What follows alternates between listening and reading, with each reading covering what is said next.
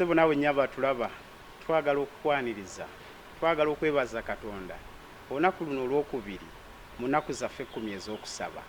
Weebala okwekuumira ku mukutu guno, twagala okusaba oyongere okugubagulizaako banno tusobole okuba nga tukutuusaako obubaka obw'essuubi era obubaka obw'emirembe. Olunaku olwokubiri lugamba when you pray, naye bw'osaba waliwo ekigambo ekyenjawulo ekituukawo. Bw'osaba waliwo ekyenjawulo ekituukawo. Njagala kwaniriza Mukama asaba akuwa omukisa. Kale katusabe. Mukwano gwaffe Yesu, twagala kwebaza kubanga otuwadde omukisa olwaleero ffe okubeera abalamu, otuwadde omukisa okwongera okusemberera, tuwadde omukisa Mukama osobole okuddamu okusaba kwaffe.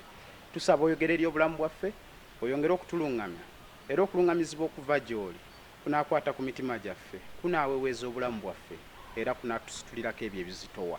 Tuwe omukisa ku lunaku luno olwokubiri obwa Yesu Kristo Mukama waffe. Amiina. Nyongera okwanirizaako mukwano gwange ndaba nze Charles Magembe. Tukwaniriza mu nnaku 10 ez'okusaba, ennaku ez'okunoonya Katonda, ennaku ez'okwongera okusemberera Katonda, ennaku ez'okuba nga tusitula ebyaffe ne tubimukwasa tusobole okweteekerateekera olugendo luwanvu olw'omwaka omulamba. Yesu Kristo yalina abayigirizwa nga bongera okumuyigirako, nga bongera okumumanya n'okutegeera okwagala kwa Katonda kiki ekuli eri obulamu bwabwe era n'obulamu bw'abantu. Luka essula ya 11 olunyiriri olusooka lugamba awo olwatuuka bwe yali ng'ali mu kifo ng'asaba. Ani asaba? Yesu Kristo. Bwe tusalawo tusooke twogere ku kigambo ekyo kyokka. Yesu Kristo omwana wa Katonda omulamu. Yesu Kristo ali mu busatu. Yesu Kristo eyeeyolekera mu mirimu egy'okutondebwa, kubanga Yokaana essula esooka tugamba wataali ye tewali na kimu ekyakolebwa kubanga byonna byakolebwa ku bubwe.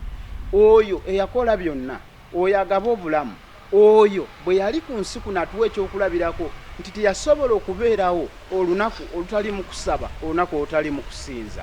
Ekisinga okwewuunyisa nti ffe abanafu, ffe abakeeye, ffe abaweddemu amaanyi, ffe abakulusanyiziddwa awamu n'okukakaalukanyizibwa emirimu gy'ensi eno n'obuteesobola obw'ensi eno, ekisinga okukwasa ennaku ffe tetuwaayo kadde kasaba, ffe tetuwaayo kadde kanoonya Katonda, ffe amaanyi tetulina gye tuyinza kugajja awatali kusaba. Awatali kusaba obulamu bwaffe bukeŋŋentererwa, obulamu bwaffe bukamulwa, bugwawo, obulamu bwaffe bubeera mu kuyaggayagga n'okubanga buli kiseera tubeera awatali kumatizibwa.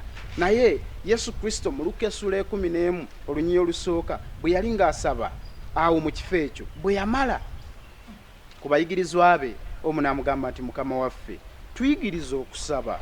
Bonna tebamugamba, omu ye yamugamba tuyigirize okusaba. Era nga Yokaana bwe yayigirizanga abayigirizwa be, ekitegeeza nti Yokaana baali bamulaba ng'ayigiriza abayigirizwa be, naye n'awanjaga n'agamba Mukama ffe tunaabeerawo tutya awatali kusaba? Bassebo ne bannyabo, wabaayo empisa, wabaayo engeri gye tuteekeddwa okusaba Katonda atuyigirize, y'engeri ey'okusaba. Abazimba ebizimbe ebiwanvu balina enkola. Waliwo abakozesa emiguwa emizito okusobola okusitula ebyuma, omusenyu n'amataffaali bisobole okutuuka ku kizimbe waggulu, basobole okubikozesa. So nga ate wano ewaffe abapanzi ba ttanuulu bo bakimanyi, amataffaali tukasuka makasuke ne geeyongerayo waggulu. Buli gyekoma okuwanvuwa n'amaanyi geetaagisa mangi okukasuka ettaffaali erizitowa kubanga twagala ligende awo erinajjiira obulungi. Abazimbi bakozesa emiguwa okusitula ebyo ebizitowa bisobole okutuuka waggulu ku bizimbe. Ate waliwo enkola empya ze bakozesa ez'ebyuma biikirimaanyi ebisitula, bisobola okusitula ebizitowa, amabaati, emitayimbwa, omusenyu, abamu baziyita puliizi ezo ezisitula ebyuma ebizito, ne bisitula ne byambuka ku kizimbe ne we kiba kyenkanawa. So nga ate n'abantu abaagala okwambuka babateerawo engeri, abamu bakozesa madaala n'abalala bakozesa engeri za lifuti ez'enjawulo ne zisobola okuba nga zibatwala. Bateekawo amadaala ennaku zino ku bizimbe eby'amaanyi, bateekako amadaala ago ag'amasannyalaze ng'omuntu agalinnyako ne gasobola okuba nga gamutambuza ne gamwanguya. So engeri nnyingi nnyo eziyamba abantu okutuuka waggulu. Naye kyewuunyisa newankubadde nga tusobola okukozesa ennyonyi n'okukozesa ebifaanana bitya, teriyo ngeri yonna esobola kutuyamba okutuuka mu ggulu okusobola okufuna ku birungi, okusobola okwetuukirayo twogere ne kitaffe bwe tuba tetukozesezza ngeri esinga okunyoomebwa n'okulabibwa ng'ennafu nga y'engeri ey'okusaba. Okusaba iffe abaagala okuzimba obulamu, ffe abaagala okuzimba relationships, ffe abaagala okuzimba business, ffe abaagala okuzimba amaka, ffe abaagala okuzimba obukristaayo, y'engeri yokka esobola okutwambusa, ge madaala kwe tusobola okwambuka. Ekyewuunyisa ku guno omulundi si okutwalayo matiriyo, naye okunona matiriyo waggulu tusobole okumukkiriza wansi. Kati atasaba afaananyizibwa okuba ng'omuntu ali wansi awo ng'alaaja n'okufuna ebizimbisibwa naye ng'alowooza binaava wansi, so nga guno omulundi biva waggulu. Yesu Kristo mu kaseera ako ng'asaba, omuyigirizwa omu ku bangi kyava asaba n'amugamba tuyigirize okusaba. Simanyi oba omanyi amaanyi agali mu kusaba okufaanana okuba ng'okunafu. Simanyi omanyi amaanyi agali mu kusaba nga tonnaba kwebaka. Abantu bangi abafuna okulumbibwa kw'omubi mu kiro kubanga tebasaba nga tebannaba kwebaka. Simanyi omanyi obuzito bw'olunaku. Olunaku bassebo ne bannyabo luzito wa tetusobola kuluyitamu awatali kusaba. Omuntu kyali mugwanidde nga tannaba kufuluma nzigize okuwaayo okusaba. Omuntu kyali mugwanidde nga tannaba kulinnya kidduka aweeyo okusaba. Omuntu kyali mugwanidde nga tannaba kutandika kulima aweeyo okusaba kubanga tulimira mu bisaanyi, tulimira mu misota. Omuntu kyali mugwanidde bw'aba nga tannaba kugulawo dduuka lye asabe kubanga abajja ku maduuka ekiro abeeyambulira ku maduuka, abantu abakunamira amaduuka mu kiro ng'abantu beebase nabawulira mu butale gye bali, abasimba amadagala, abasimba amayinja ge tutamanyi gye bagajja, bangi abantu abasula mu malaalo nga bo bakoowoola. Muvubuka omu yagamba nti tosaba, togenda ku kyaki, tosamira, naye kati gwobeerawo otya?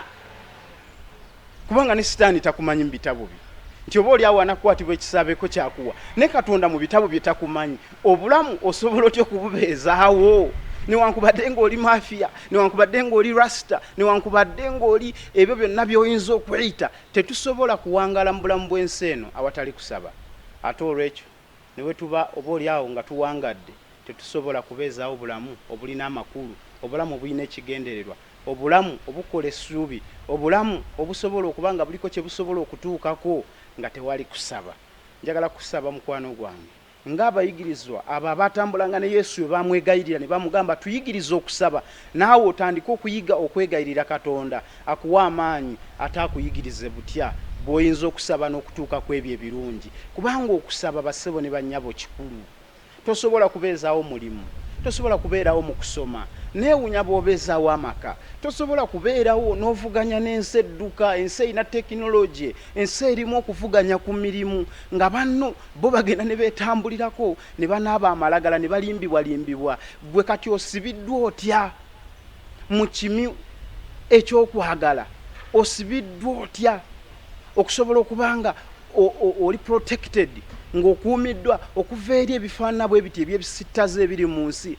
Bwe tusobola okusibibwa ffe yesaala esobola okutukumaakuma n'okututangira eri ebikyamu n'ebibi ebingi ebiri mu nsi. Weetaaga okusaba kubanga ensi ekambuwadde, weetaaga okusaba kubanga amasitaani gatambula buli wamu, weetaaga okusaba kubanga ffe y'engeri yokka gye tusobola okuwalampa ge madaala agatutuusa awali okwesiima, ge madaala agatutuusa awali Katonda waffe asobola okuddamu okusaba kwaffe. Okusaba kikulu kubanga kwekwo okusobola okuyunga omutima gwo. Okusaba kukulu kubanga kwe kusobola okusitulako omugugu gwe weetisse. Okusaba kikulu kubanga kye kyokka ekiyinza okuleeta okulungamizibwa mu bulamu bwo n'otakola decisions ez'ekibogwe eziyinza okuleeta buli muntu okwesittalako.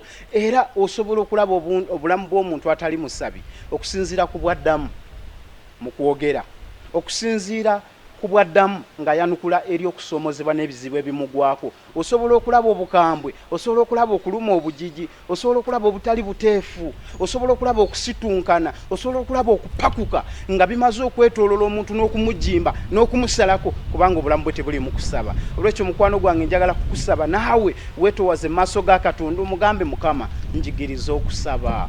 Weegatte ku basabi, noonya awali okusaba, noonya awali okusaba, noonya awali okusinza kubanga wewali essuubi wewasobola okukakkanya omutima. Ebizibu bingi tosobola kubyewala, tosobola kubyejjamu, tosobola kwerokola, tosobola kwetuusa ku ebyo by'osuubira mu bulamu bw'ensi eno nga toli mu kusaba. Saba Katonda akuwa omukisa. Naffe atuyigiriza okusaba, katuweeyo okusaba. Taata waffe twagala kwebaza ofaayo nnyo eri obulamu bwaffe. Naffe tusaba otuyigirize bwe tutyo, tuyige okusaba, tuyige okunoonya, tuyige okwetowaza mu maaso go. Tunaafuna okuddibwamu, tunaafuna okuwewulwa, tunaafuna okuganja mu maaso go. Mukama, tunaasumulwa okuva mu bizibu ne miteeru, tunaaweebwa obukuumi, tunaabeera abawanguzi. Omwami ono n'omukyalo oyo bawa omukisa, obajjanjaba, obawonye, oddemu okusaba kwabwe eri okufuba kwabwe n'okulwana kwabwe bireme okufa ettoggo, bireme okugenda obwemage. Naye Mukama, bw'onaateekawo omukisa gwo, balabe nga bakungula, balabe okuddibwamu, basanyusibwe obwa Yesu Kristo Mukama waffe. Amiina. Mukama akuwa omukisa. Katuddemu tusisinkane ku lunaku olwokusatu.